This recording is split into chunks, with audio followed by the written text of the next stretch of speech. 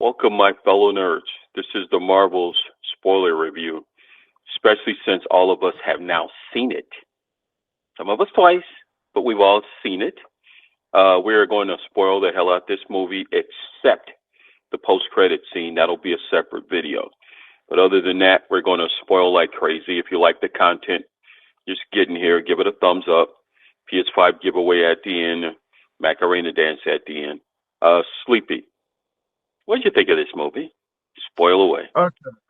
So you guys saw my reaction in the beginning just a little bit. But this is the full spoiler reaction. Doc, Miss Marvel is now one of my celebrity crushes. Dude, carried the fucking movie. I'm sorry, like in the parts where they were too serious, you would get her something but like you should fucking do it. Like like she just eggs the super both Monica Rambeau and Carol Danvers to get along, get over the past, because at the end of the day, you guys are here together now. So why constantly worry about that?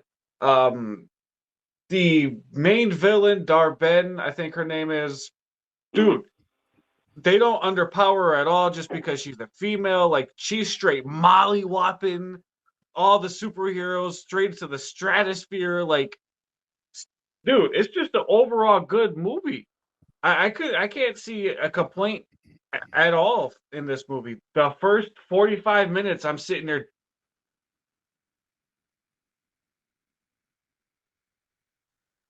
Yeah, just overall, I can't find a single problem.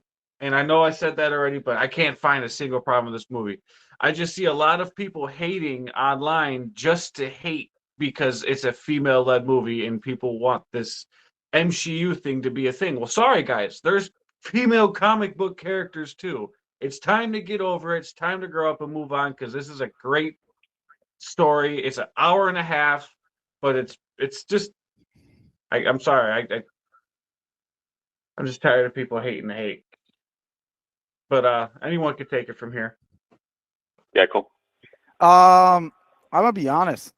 This was probably the best Marvel movie I've seen in a long time. And I seen Guardians was good, and we loved Ant-Man, even though a lot of people hated it. But this is something that I didn't go in having high hopes on. To be honest, I already said it. I think it's a 10. I think, from the moment it starts to the moment it ends, I have fun with it. I was laughing the whole time, like with a great big grind. Think, um, I think to be honest, there's really not a lot of complaints. Like Sleepy said, I think Miss Marvel, she stole the show. I think she made the movie more interesting, to be honest, because her little teenage, quirks kind of made it funny. Like, she's like twinsies and best friend and all that. So she always like made it fun. And her family, I love her family. The casting of her family is just amazing. It reminded me of my parents, how they be overprotected with me, when I was going out and stuff. And they understand she's a superhero, but there's that's still their baby girl, and they want to protect her, even though she's protecting them. Monica Rambeau, I think she was amazing. Without spoiling the thing, what happens at the end, to me, she snapped with that. The whole, crossing to close the tear up and whatnot. To me, that was amazing. And Kamala or Miss Marvel again recruiting the Young Avengers. I was, let's be honest, I was with my mouth open during that whole thing, because I'm here thinking like, oh man, it's Young Avenger, and we forgot characters like, remember, we Black Panther, she's young too, so it's like, it's amazing the team that you could have with the Young Avengers, and we're just here throwing characters. Like right now, we forgot about Casey Lang, when we were in the theater, but once you watch it again and you mention like, oh, Ant-Man got a daughter, I'm there like, Yeah. oh, she did say it, so that was amazing too. As soon as I seen Hawkeye, I knew the girl was gonna be in it. I was like, oh, when I seen the dog, because the dog gave it away, so I was excited about that. And I love, to be honest, I actually love that she's the one recruiting them, because it's been her fantasy to be in a team, it's been her fantasy to be part of the Avengers or whatever. So she forming the team to me is the nail in the coffin. It's like, damn, that's what you needed. Her, it makes perfect sense that she's the one recruiting this time. And if you see, she's not being like, like over serious, because at the end she tells her like, please. So it's funny. It's the little things like that that made me want to watch this movie two times, that make me enjoy it two times. And to be honest, I don't got no complaint other than, you know, I wanted more. But besides that, I thought it was perfect in every way possible that it could. Even the parts that I thought I was gonna hate, like the musical, ended up loving that because it makes sense of what it is, and they didn't overdo it neither. So that's another thing. Love, love, love what this movie did, and to be honest, it did more than what the whole Phase 4 did for the MCU in just a hour and 40 minutes. It did a lot. It set up the Young Avengers. It set up, more of the multiverse part, and it's a win-win for us fans. Besides that, Tony, what do you have to say about this? I got one complaint that they cut a certain person, but we got the quantum bands. It's official. They are the quantum bands. They cut Quasar's story from the film, and it didn't hurt the film. It actually makes sense, like you guys were saying. I'm stunned that an hour 30 hour, 40-minute movie flowed perfectly. There's very little slowing down in the story and in the action. They start off with action right away. They don't waste time anything. They go back and redo the ending of the Miss Marvel show and tell that whole story. The fact that Monica and Carol had beef, when Monica, I can understand her grudge, but she didn't understand the whole story of what happened during the blip, because she was blipped. I love that part, that when they used the scroll technology to take her memories, and she showed that, and she claimed she didn't do it on purpose, but she did. She wanted to tell her side of the story. I like the fact that Miss Marvel and her family are like perfect in this movie. I want a Miss Marvel season 2, or if they do a Young Avengers show, you have to bring her family back.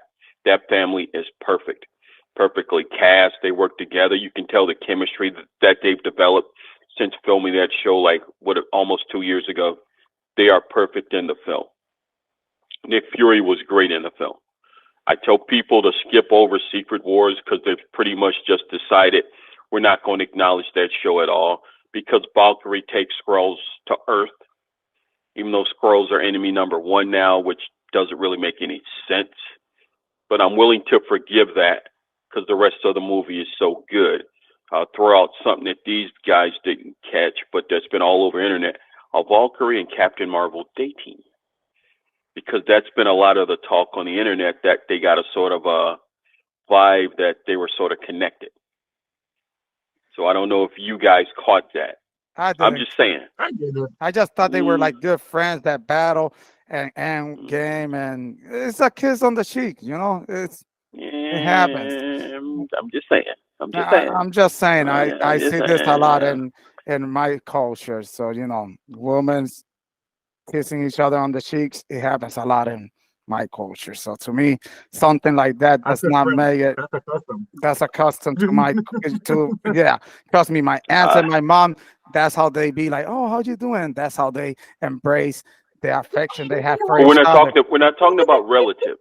No, I'm just saying that to me, a kiss in the cheek does not mean you're gay. I'm just saying, No. or that they I have didn't a say relationship. gay. I didn't say gay. I said dating. I still don't get that from that in the cheek. But that's a lot of chatter on the online that they're not saying it in a negative. I'm not saying it in a negative way. No, they're just putting that out there. And I totally agree, but I don't think so.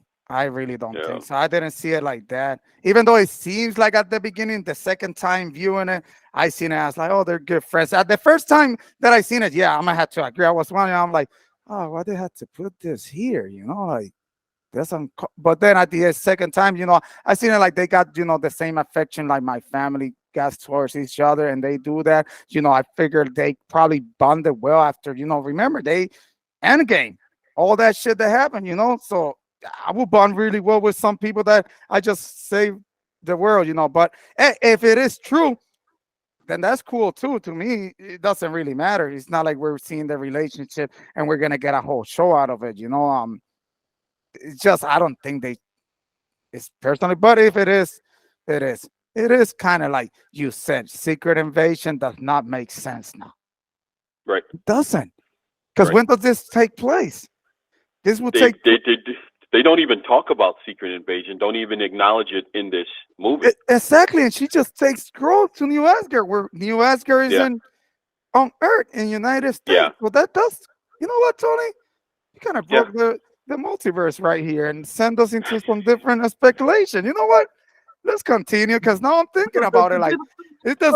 No, is Secret Invasion in a different timeline? Then I don't know. I'm just saying because Yeah. they didn't even We, acknowledge that. That is true what you say, Tony. They didn't acknowledge it. At least they could have said, like, well, Skrulls can't go to Earth because they're public enemy number one. They didn't mention nothing like that. right. But then again, and this is a question that I could ask that I'm gonna ask you, Tony, since you will know about how in the comics it works, and I don't know if that's how it works, but doesn't like people from New Asgard are like exempt from the rules from like United States or not really? Like In, like in the comics, they were in Braxton, Oklahoma, and they were just like they took Braxton and they put New Asgard right up above it. And then that's how Loki became female Loki, is because he stole the Enchantress's body to come back, and that was a whole thing. I hate to bring up the New Asgard thing because I hated Thor: Love and Thunder, but for this movie, it makes sense that you would take the Skrulls there, because what Earth-based team is going to go in there and like take out the Skrulls? No one, because they don't have the power. Even though they look normal, they're gods, and they're on a tier that if Asgard decided to assemble, they could easily take over the Earth. They're literally that powerful.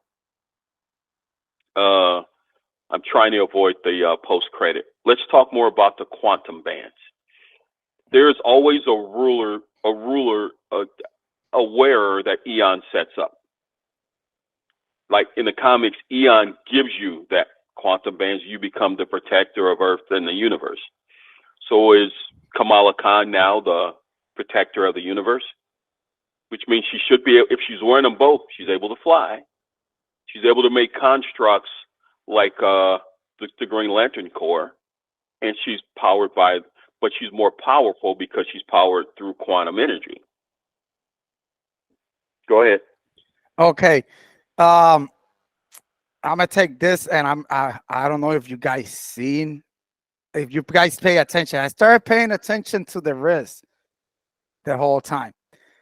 Once Kamala, and I'm just gonna say this right now, once Kamala comes back from the ship and Nick Fury asks her what happened, once she's coming out, she doesn't have both gauntlets already. So where is the second gauntlet? Because she doesn't have it as soon as she walks from the spaceship. So Right. where is it? I'm saying Carol took it because she didn't want to have both things in the same place. That's a guess. Because Carol didn't need it to power up the sun. She has that kind of power on her own. So she don't need it, and I agree. I saw that as well. I noticed it when she was talking to Kate Bishop. She also only had one quantum band. Quantum, and then when she's in the house that they're running to the airplane, she only had one quantum band. So is it that they're scared that is too powerful that they don't want her wearing both? I do agree. She does eventually, because if she got both and she's the protector of the Earth, and she said it, these traveled the galaxy to find me, like so but I noticed that she wasn't wearing them. At first, when I first watched it the first time, I noticed that she didn't have them in once she was moving, but I started paying attention closely after once she got both, and she doesn't have them from once she lands on Earth, she already doesn't have them. So did they hide one of them to keep them separate? Like, she's young. Could be. Yeah. So, she's young. It's too much for her. They probably had to train her. So, come on, let's be honest. A villain could probably take her down. She's young. So they probably, is that the scary part about it? Like, I don't know. I'm just saying, I stopped seeing her wearing both of them as soon as she walks out of the spaceship. So to me, it's like, that's a question that we have to probably revisit later on, or we're gonna have to look research more into it, because she stops wearing them as soon as she does the whole thing. And Right. it's a question that we need to ask, because she's not wearing them. And like you said, there was 3 scenes where we seen her after that, the whole thing that happened in space, and she's not wearing them. So Right. it was a question, and I don't want to spoil the end credit scene, because Yeah, we'll talk more about that. We'll talk more. I have another question. In Endgame, it was hinted that War Machine and Carol had somewhat of a relationship. That I'm assuming they have been hooking up. All right. But in the Secret Invasion show that no one talks about, War Machine was replaced.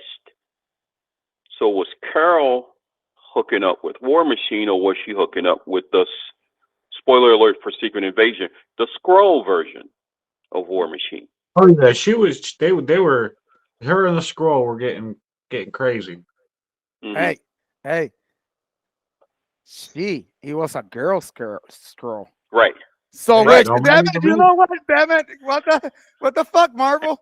You just had to throw it out there, 'cause he was a girl scroll. No, he was a girl scroll. Yeah. You know what? Hey, shape shifting. I'm not gonna say nothing. There are so many jokes there that I'm going to leave alone. Exactly. That's what normally I would not leave them alone, but I'm going to leave them alone for the sake of the even though podcast. even though Sleepy is trying to be real sneaky and get me to go there, I'm not going to go there. Yeah. Another Secret Invasion calls back. Why didn't we see Nick Fury's wife on that spaceship?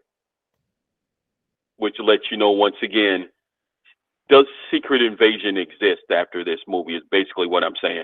Because all the stuff that happened in this movie and that TV show was never addressed in this movie. So go ahead. Can it be a different timeline? Because they don't mention nothing about it. And that's the surprising thing. We met Nick Fury's wife, and now that you bring her up, she left. She left to outer space, and she was not seen in the whole fucking movie. Right. Like, look, I'm gonna be honest. When they have the lab and the people are there, that works in the space station, I would at least expected her to be there. Thanks for bringing that up. We didn't see her, so it's weird to me. Like, are they not trying to acknowledge Secret Invasion then? But remember, in Far From Home, we didn't see any humans. We only saw Skrulls. But yet we get to this movie, all we see is human or humanoid type characters. Since we don't know, and the one guy's 206 years old or whatever, you ain't human, I'm sorry. Yeah, no. And I thought we would have seen at least Abigail Brand from Comics Lore Sleepy on that ship, an X-Men, / alien on the ship. There's so much more they didn't do, but that probably will tie in more to our post-credit talk. And so it's before you go, my goal is, what the fuck was Secret Invasion, basically? This movie ties in every movie and almost every TV show but Secret Invasion. Mm-hmm. So I'm going to follow up with is, what's the point of Secret Invasion? It's an alternate reality. And that will be the easy cop out. Right. That's the thing. That will be. So in other words, you wasted $40 million or $20 million, whatever it costs to make that show now. Right off. That's why. Okay, let me. Can I? Let's bring this back down to here, so we could, view it from a different side. Is that probably why they're canceling a lot of shows? To to be honest, they're not mentioning Secret Invasion. You just said they lost like 20-40 million dollars, whatever it costed them to make Yeah. that, right? Is it probably that's why they're thinking like, wait a minute, because okay, the Marvel ties up to everything. It ties up to WandaVision. It ties Hmm. up to Loki. It ties Yep. up pretty much to everything. To Thor, Love and Thunder. We got Multiverse of Ant-Man, Madness. Ant-Man, No Miss Way Home. Marvel, Ant-Man. Miss Yep. Marvel, Doctor Miss Marvel. Strange. It Doctor ties up Strange. to Yep. pretty much everything. Like one thing that I noticed was like, remember when at the end of WandaVision they get her and they're like they point to space and she gets happy. Now I know why she gets happy, because she never seen Carol Danvers. So she thought Carol Danvers is the one calling her up there. Guess what? It's not. It's Nick Fury. No. Nick Fury wants to see you up there. What do you mean up there? And then she points where. So she know it was Nick Fury. But remember, she had been grounded from space. Exactly. So she now she actually got to go to space. Yeah, and she wanted to see Carol Danvers. She was like, even though she avoided her because of the whole thing, Yeah. I just like how they tied everything. But like you said, Secret Invasion, which it is true, Tony. It was a waste of money, and Mhm. I'll give me your opinion on that. And see if it was a waste of money. Is that where we're seeing, they're holding back on TV shows and being like, oh, we need to make sure that what we put out there, we could tie to this movie, because now Secret Invasion doesn't tie to this, but at the same time, and this is just me out there putting stuff, or was it because the show this so bad that they just want to take it? What do you think it was? You think it was that they're now taking their time to sit and see what goes next, or you think it just did bad and they're like, you know what, let's not acknowledge it? What do you I think? think the writers, the directors, and from what I'm hearing, Samuel L. Jackson all tried to take control of the show. And that's why the show didn't follow the comics. And they didn't get the budget to follow the comics. That's why you only have 3 or 4 people shape-shifting in the show. And they do it like, you notice when Rhodey shape-shifted, he only did it from the mirror. And so I think that was so bad. And it was during the pandemic and you couldn't travel like Kevin Feige normally could. He lost control of that show. So I think they're just going to take that. We got to put it out. We got to pay the actors. Let's just put it out, write it off, get it out of the way, and then it won't exist going forward. That's my opinion. That show does not exist at all. They will never acknowledge this show again. It's like the Ang Lee Incredible Hulk. That was supposed to start the MCU. But once they saw how bad the movie was, they don't even acknowledge Eric Bana, Ang Lee, or anybody else in that movie at all. Because if you've never seen it, Sleepy, it has hawk dogs. Hawk dogs. And I tell people that's why I hate that movie, because that's not the Incredible Hulk I wanted. Yeah. Hulk dogs. Yeah, hawk dogs. Yeah. And like I said, we in this chat love the Incredible Hulk, but most MCU fans hate that movie. But I love that movie. Me too. And so they have to acknowledge it, but they don't really want to because of their relationship with Edward Norton. But so they sort of have to, because he took total control of the movie and would rewrite stuff the day they would actually shoot it. And says, no, we're going to do it my way, or I'm not going to perform. And I think that's what happened to Secret Invasion. That certain people are so powerful that they just decided to take control and do it their way. And I know we're going to have to end on a negative note, because I want to talk about the post-credit, and that's a different video. So does anyone have anything else to say, or are we good? We're good. We're good. So we got 3 10s across the board? Yeah. Absolutely. All right. So that's it. We love this movie. Go see this movie. It's going to have a really low box office. This is the only week here in our local city of Milwaukee to see it in IMAX, because the Hunger Games are going to take over all the screens. So I implore you, go see this movie. Go see it twice for all the things for the movie, as well as our next video, the post-credit scene. And if you want to see that post-credit scene, like and subscribe to this channel. Give it a thumbs up. Leave a comment. You'll be entered in the PS5 giveaway of 2,000 subscribers. And once again, Sleepy has volunteered to dance. No, We're not I haven't. pressuring him. He has volunteered to dance the Macarena at halftime, whether I give my Super Bowl pick now right or not. He just changed it on us just when we were off camera. So, deuces, nerds.